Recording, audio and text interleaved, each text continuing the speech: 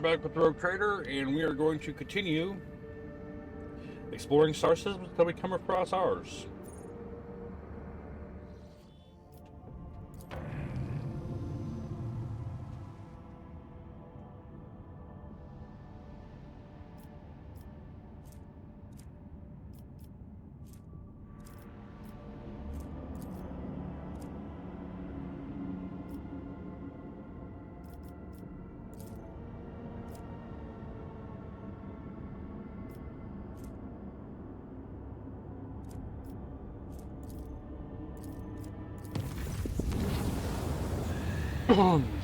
Your Ladyship, I humbly ask that you grace me with an audience. I simply must inform you of a series of outrageous breaches of discipline that threaten to dissipate the dynasty's coffers.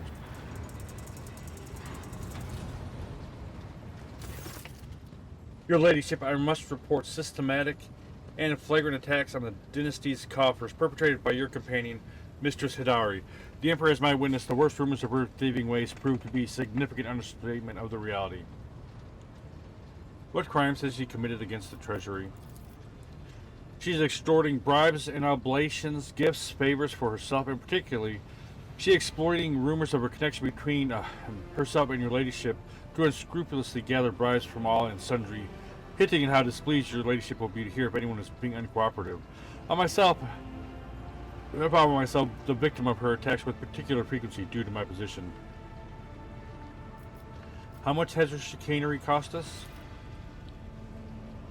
On a protectorate-wide scale, the astronomical sum she has extorted from us seems negligible, not worthy of notice. Nevertheless, I cannot help but be outraged by her blatant exploitation of her goodwill.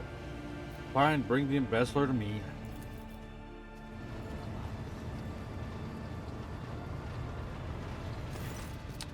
You wish to see me, Shireen? I've been informed that you have been soliciting bribes. Bribes? What ashmag besmirched thoroughworm eaten lips with such scurrilous lie? Actually, do not tell me. I don't even want to hear their blackened name. I have never demanded bribes from any of your vassals, but I have willingly accepted the gifts they have offered. Is that a crime? Mistress Hidari is quibbling over semantics. She may not demand anything directly, but she drops heavy hints. Perhaps this isn't about the hints, but the habits of a rotten, venal soul accustomed to doling out bribes left and right and thereby draining the dynasty's treasure. I'd be curious to know, Danrock, how much of the Von Valencia's fortune have you squandered by handing out bribes to people who did not ask for them?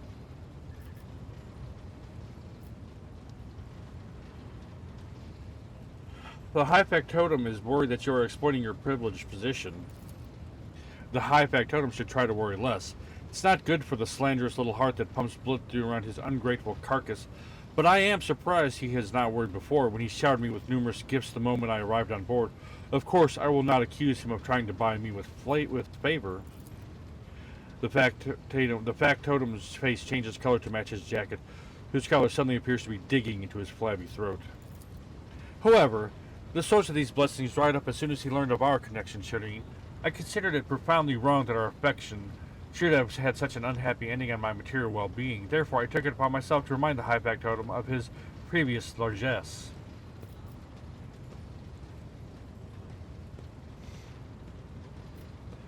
Danrock, the bumbling suitor you dangle after my companion, and now you're trying to settle the score? Get out of my sight.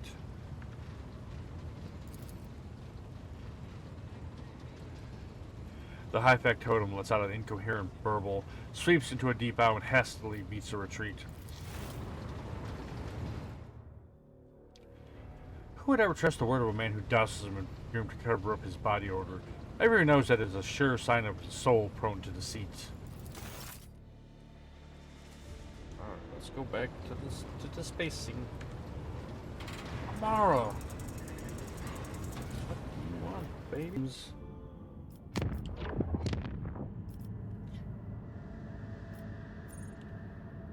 Oh. It tells me. How did I not see that before? Why didn't you guys warn me? Ooh, more shipments, huh? I like my chips.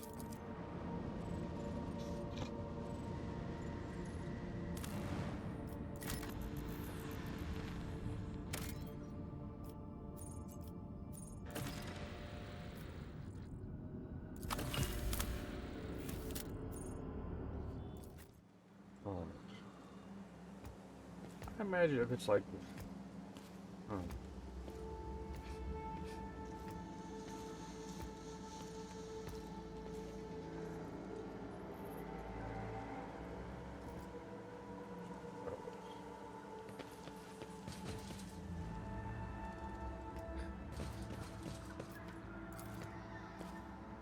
Systems of frescoes. Huh.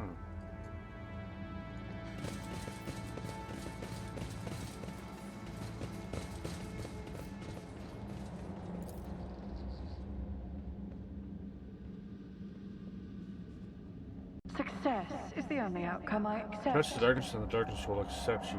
Huh. I don't like that at all.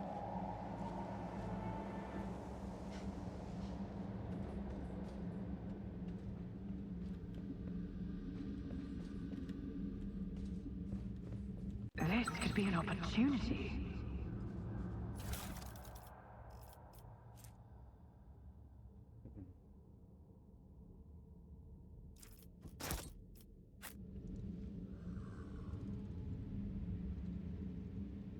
Rise to the top, or get left in the dust.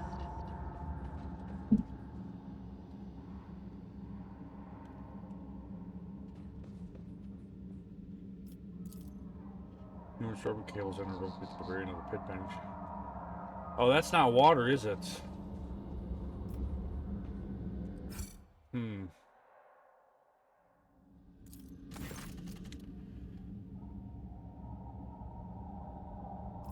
We're gonna step back from the pit for now. Do that last. That's settling. Very unsettling.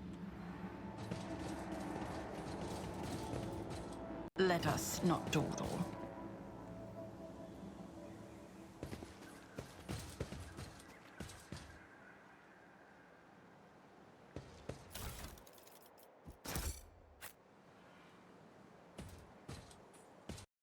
The machine god grants me insight.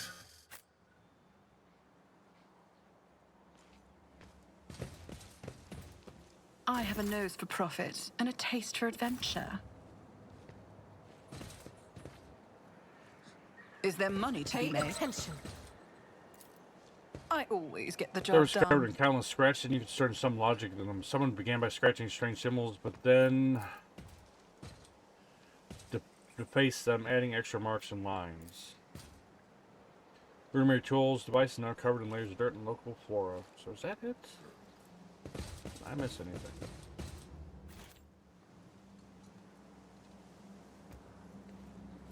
Okay.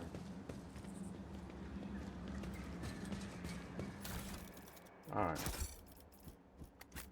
Let's all go to the darkness at the end of the pit and see what happens. What should I do?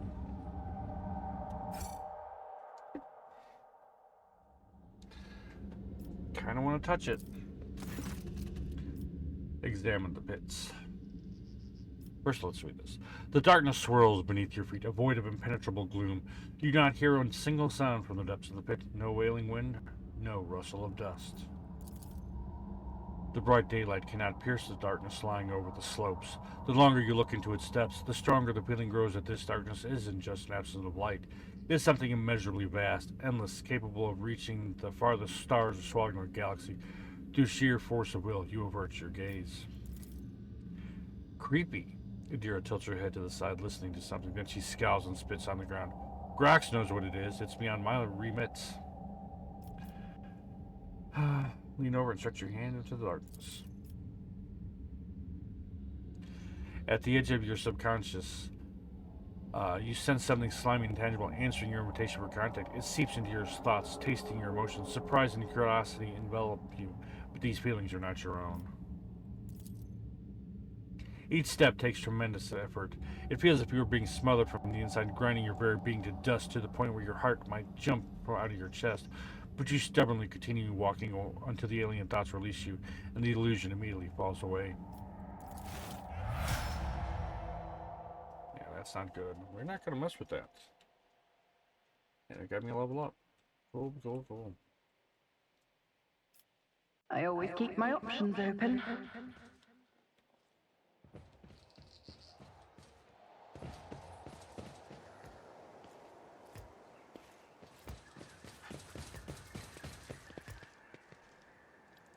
on here, I'm gonna level up.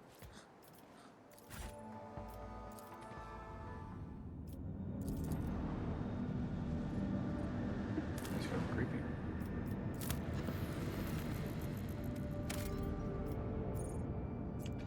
I need more scanners.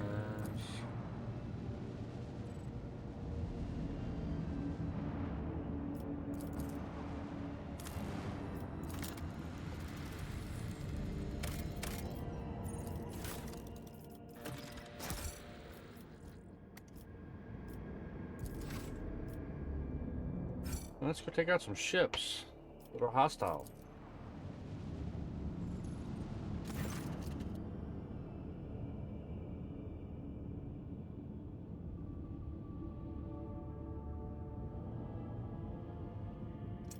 Let's take out these pirates. Okay. A report shows up on your personal cogitator screen.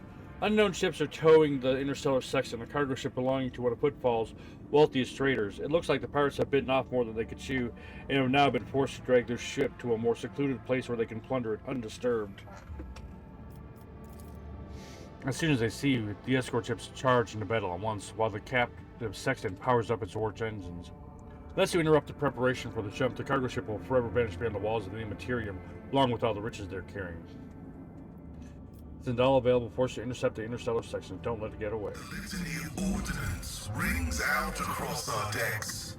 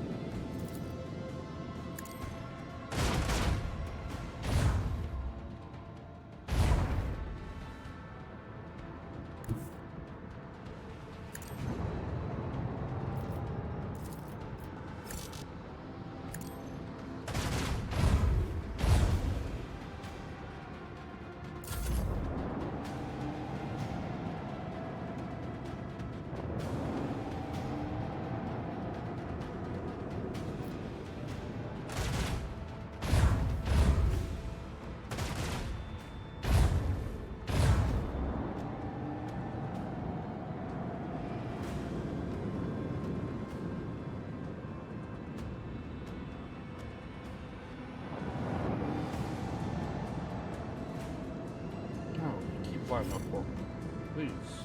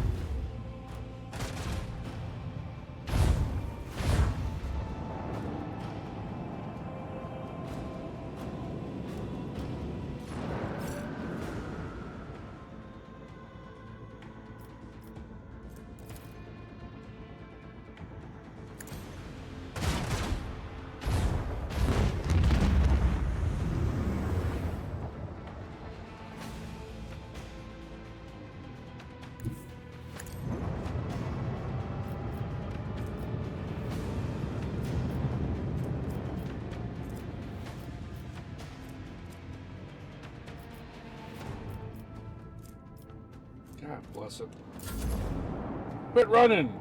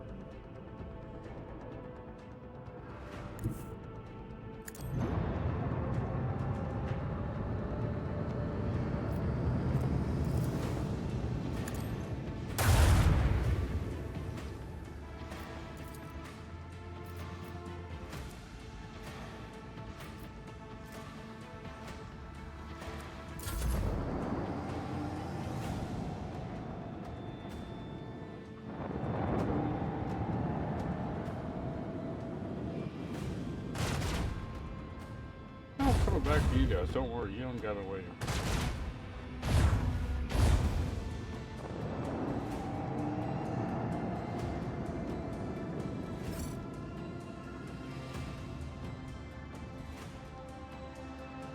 Oh, they did escape. Son of a bitch.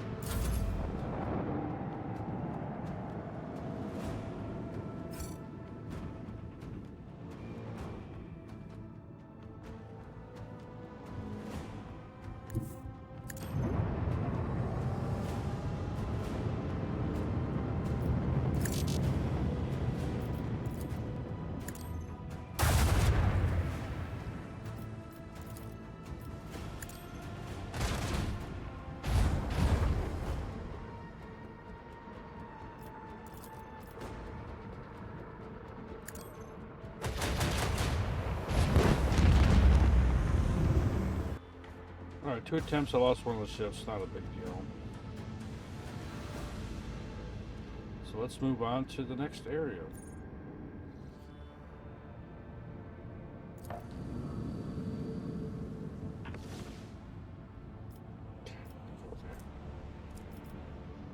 I wish I had gone there first. Oh, we'll come back to it.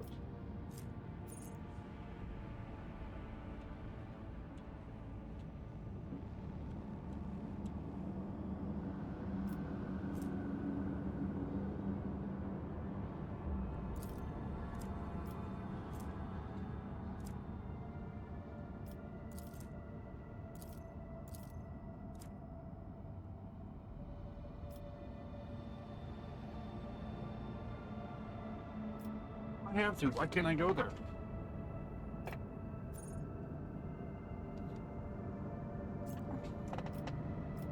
I have to go here first.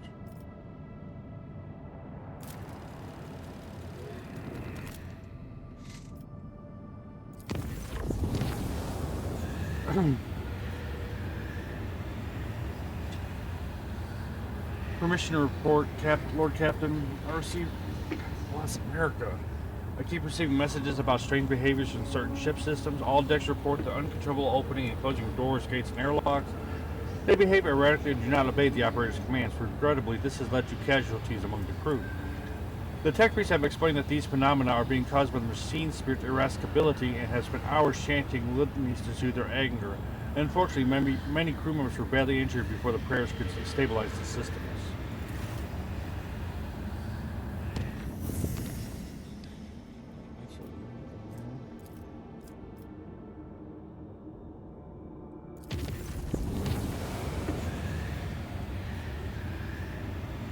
Lord Captain, I hasten to report the disturbing news brought to me by the machine spirits of the ship. The matter is extremely delicate and it concerns Lady Cassie. You see, since her first day aboard, her presence has been a disturbance to the crew's way of life. If you'll allow, I have prepared a detailed report. Deliver your report. The first incident occurred immediately after our departure from Urac 5. The Lady Navigator chastised one of the ship's runners, after which he went to his living quarters, killed his family, then shot himself. The second incident was noted while traversing the warp. The Lady Navigator gave the pilots the wrong instructions and the void ship was thrown off course for a matter of minutes, but this was enough for the forces of the Immaterium to anger the machine spirits long enough for them to start a fire at the service bay. After that, officers living near the Lady Navigator's quarters began expressing extreme emotions. Hysteria, apathy, euphoria, rage. This is quite detrimental to crew morale and performance. The last incident was reported on Football. Around 100 living birds were delivered on board during our stay on Football. Each bird cost a hefty sum, but I have failed to discover their purpose and subsequent fate. I was also told about a conflict between the Lady Navigator and the Seneschal. Alas, with no details. If you like, you can ask Master Wassarian directly. Things were even worse with Jay Hidari. I intercepted a Vox cast in which she promised she would, and I quote, end at Kasha if she ever saw her again.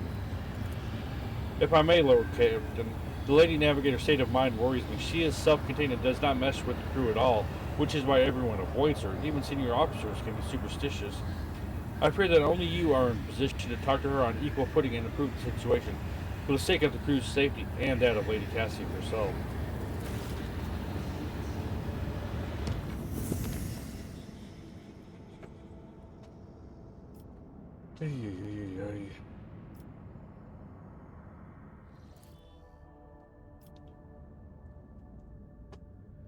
Lord Captain, according to the telemetry, the parameters of this system match those of Telecos Epsilon, home to the agro-world Janus that belongs to the Von Valencius dynasty. We received a Vox message from the planet. The agro-world's governor officially welcomes the rogue trader and reports that she has begun preparations for a formal reception to celebrate the arrival of the planet's sovereign. Your subjects are looking forward to your visits. Alright, let's go talk to Cassie and calm her down. Lord Captain? I hear you and Cassie exchanged words recently. What happened? And who brought this piece of news to you, I wonder? Then again, I have nothing to hide from you. Of late, the helmsmen have been going off course with increasing frequency, and the reports are full of contradicting accounts. The problem continued, even after several demotions were handed out. so I took it upon myself to investigate. I was astonished to learn that our Lady Navigator has been amending entries in the ship's log, and the officers have been keeping silent on her orders. I immediately demanded an end to the outrageous conduct, and I reprimanded Lady Cassia in front of the officers. She greeted my words with silence, and then quickly departed. I should not have acted thus. I never even found out what drove her to do it. Excuse me. I must take my leave. Until next time, Seneschal. Lord Captain.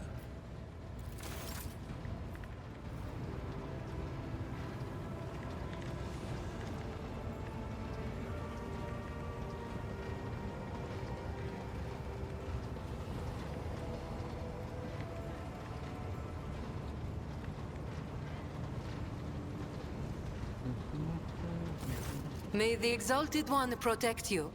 Have you grown bored with our little talk, Shireen? Jai, do you know why my Silver Skull escort has started saying some rather unusual things? The Exalted One himself must have put the words of truth into its mouth, Shireen. I heard you had a falling out with Cassia. You even threatened to kill her? So, Vigdis is snooping in on my Vox line. I wasn't threatening your navigator. I didn't even think about it. I was just relaxing in the good company of fragrant Amasak, sweet-scented Laho, and a handful of new friends from the upper decks. And right in the middle of the fun, the Lady Navigator swoops in and starts jabbering about how her head is about to split from the cacophony of colors coming from our cabin. Long story short, Shireen, I had the misfortune of getting a taste of what your officers have been going on about. They say when the Orselio girl becomes upset, everyone in the vicinity loses their minds and is overtaken by Aji. And it hurt like anything. I can only remember everyone huddling in a corner, wailing like klaxons. As for Cassia, I think Cassia was flustered by the state of our clothes, which were very meager back then, as you understand. Before I could get my bearings, the porting was gone. The whole situation was awkward. As for the threats, they were addressed to one of the girls I'd been foolish enough to invite to our little party. That Kasra used the confusion to pilfer a full pouch of the Laho from under my nose. We need to discuss what is going on between us.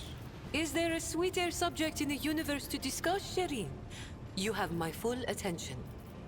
When will you finally come to my chambers? Hush, Shireen. Let's not scare off the wonderful feeling that weaves a pattern of passion between us in silken thread. Soon. I have nothing to add. Then let us both be silent together about this beautiful feeling, Shireen. I almost put get off my ship, which is not what I wanted her to do. I'll see you later. Oh, I have no doubt you will. Well, let's go talk to Cassia. Get her under control.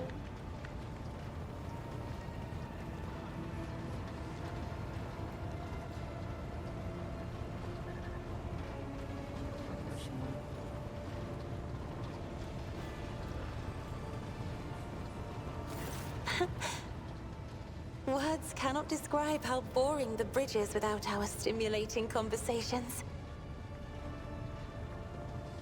I've heard rumors that you're not getting along well with the crew.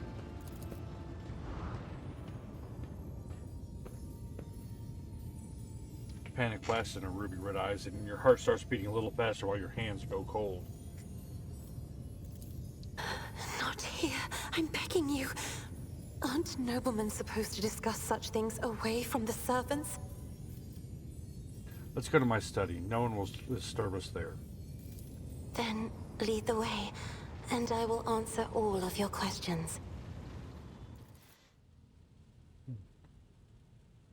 What is it you wanted to talk about, Lord Captain? I have nothing to say to your unfounded accusation about my conflicts with the crew.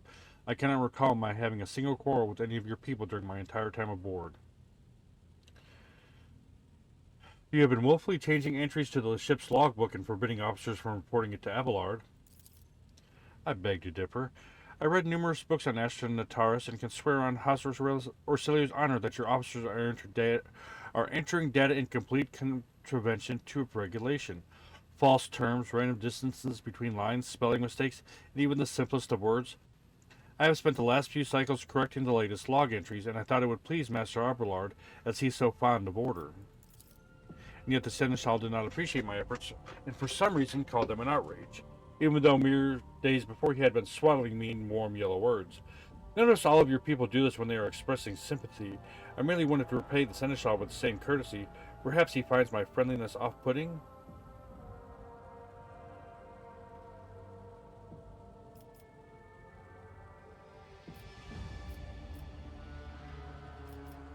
You must have had quite the falling out with Jaya if she's threatening to kill you. Cassie's ruby red eyes become round and unbidden blush suffuses her pale face with the rosy tint. I didn't. That is our private business. The issue was between me and Lady Jaya, Lord Captain. Please pay no heed. We made our peace long ago, and I will have you know no one threatened me. Your information is incorrect. And what about the messenger you rebuked? He butchered his own family and then killed himself. I haven't rebuked a single errand boy on this ship. Cassia ponders this for a moment. I think I remember. A kind young man with a shy smile and skillful fingers with too much rotten ochre on his shoulders. I grew tired of the disgusting color and invited him to lighten his burden by casting the weight off his shoulders. He did not come the next day, or ever again. So he didn't like his family.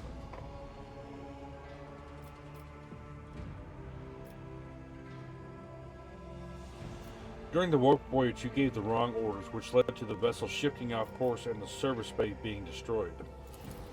I saw something in the warp, something vast, predatory, shimmering with indescribable colors. It came from nowhere and stared at the ship with hundreds of hungry eyes, right there in our path. I decided to change the course while it was still possible, but did not want to sow panic. Would it have been better to tell the crew we were heading straight into the monster's gaping maw? The officers are reluctant to be quartered next to your chambers because of the constant emotional outbursts it causes them. Some even maim themselves and others. I already told you I cannot control my abilities. What else do you want from me? Will I be assigned a pariah chaperone, or will you put me in suppressing shackles? Would you mind telling me why you need 100 species of bird and what you use them for? Admittedly, I'm at a loss myself on that one. The day we arrived on Footfall, I sent out a request to the ship's quartermaster and asked him to get me a songbird, but he never asked for clarification. Shortly before he left, I had a countless number of cages delivered to me, all wrapped in a bright red panic and flickering tints of fear. There was a bird in every one. I was so excited I thought I would have 100 friends instead of just one. They were squeaking so piteously I let the poor things out. I even fed them my breakfast and dinner. But the stupid birds would not stop chittering even after bedtime. They were dashing about the room, smacking me in the face with their wings, and defecating. I became angry, and suddenly they started pecking at each other's eyes and attacking me. Then I became afraid. They fell over dead. I do not think I want to keep pets anymore. Think I've heard enough. You are crazy. Will you share your thoughts with me?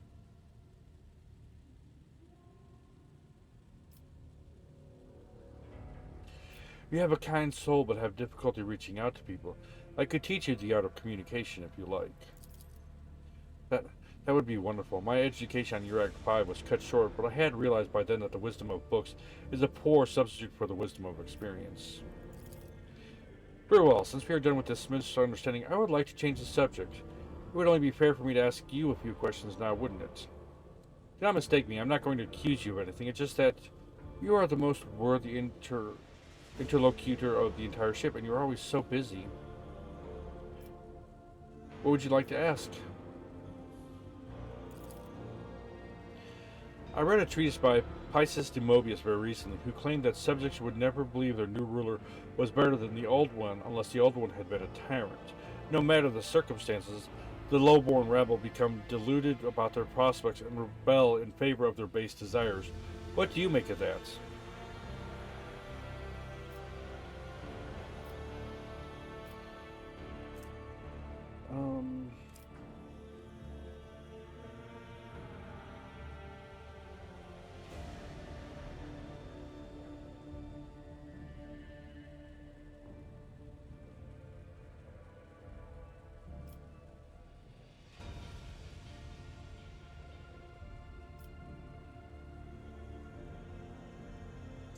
Do that one.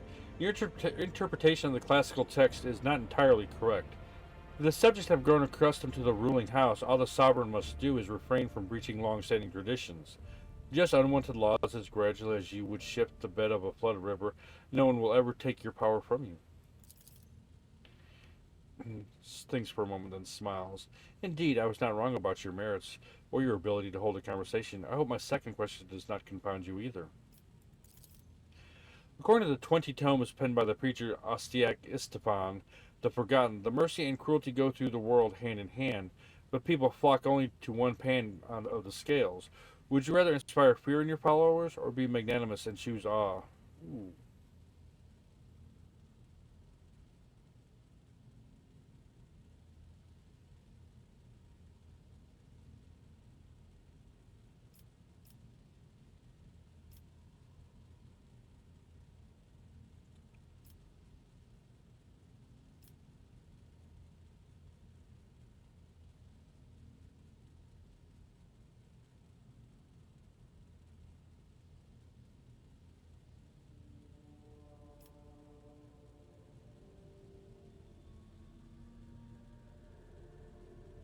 One must be a tyrant, a friend, and a jester to one's subjects. What matters is that to clearly discern which role is required at a given moment. There is so much power in your words, power that makes me want to join you. I understand now why your subjects are eager to follow you. I admit I was afraid we were too different, and yet you helped me realize that I can be candid with you. Please do continue. I must confess that sometimes I can hardly bear the burden the house has placed upon me. I feel I am not doing my best. Tell me how you, heir to a protectorate, can bear the responsibility for billions of lives day after day and not stoop under all the weight.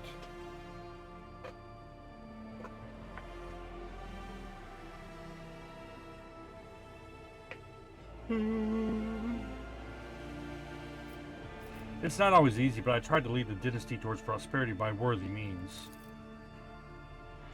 Thank you for your patience, Selena Voidstar. You are helping me see the world in different colors, a novel experience for me. Our conversation holds a special place in my heart. Allow me to bid you farewell. I'm heading back to my chambers to consider today's conversation. I mean, it must be hard for her, knowing that she just sees colors, and if she gets too pissed off, she'll just, kill you. Boil your blood from the inside. Where's the elevator? Can I go in there? Nope. Where is the exit? Here? Yeah, this one. Oh, there we go. I get lost in my own bedroom. What can I say?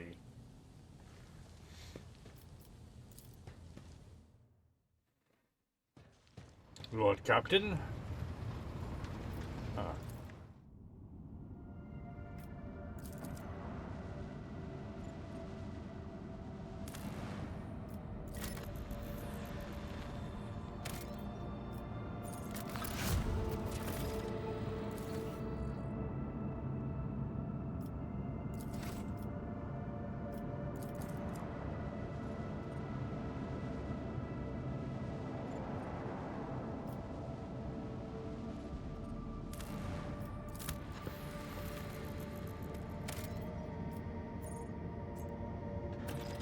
Worlds with extreme environments produce the finest astral military regiments, or so I've heard.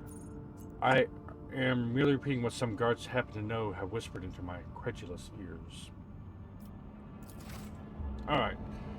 And that is where we're going to stop for today before we hit the Janus. And I want to start that world fresh and from the beginning, start the whole thing going from there. So yeah, I want to thank you guys for watching. I hope you guys are enjoying this. If you are, please leave a like, drop a comment, subscribe, all that good stuff. It means a lot, helps the channel grow, and I do appreciate it. Until next time, love you guys. Hope to see you again soon. Take care, and I will talk to you later. Bye for now.